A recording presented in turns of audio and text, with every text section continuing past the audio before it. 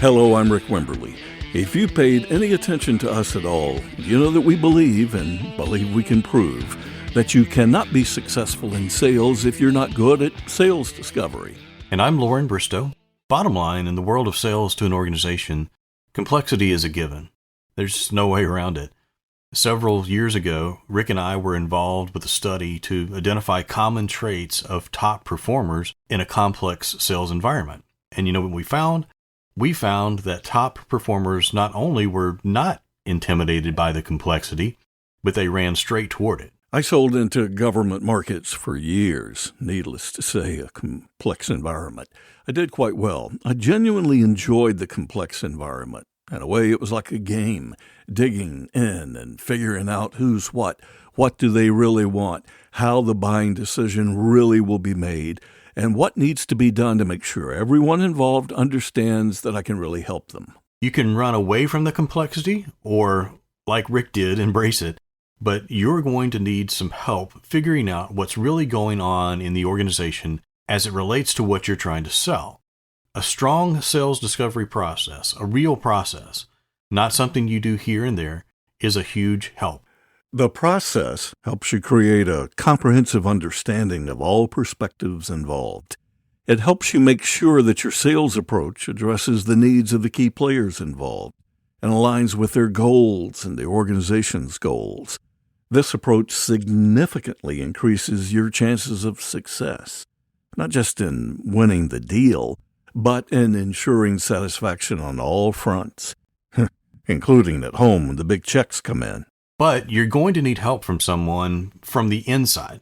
That's where your coach comes in. Your coach is not simply a prospect contact.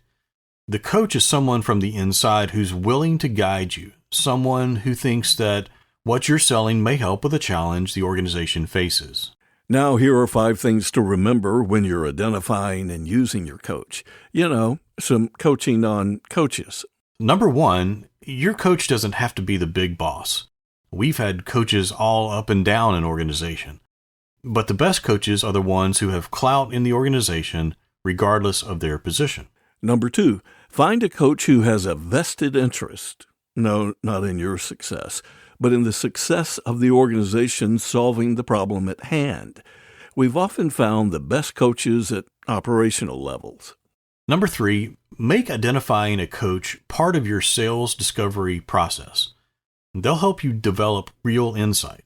Good sales discovery is not just about gathering data, but about understanding the human elements that drive decisions within any organization. Every organization has its key players in the decision-making process. These individuals have unique insights into the organization's challenges and their needs. The key players often hold the insights necessary to tailor a sales approach effectively. Your coach can help you identify these individuals and understand their roles, motivations, and the challenges that they face. Number 4, your coach doesn't need to have the answers to all of your questions. Good coaches don't claim to. But like other good coaches, your coach will guide you to finding the answers.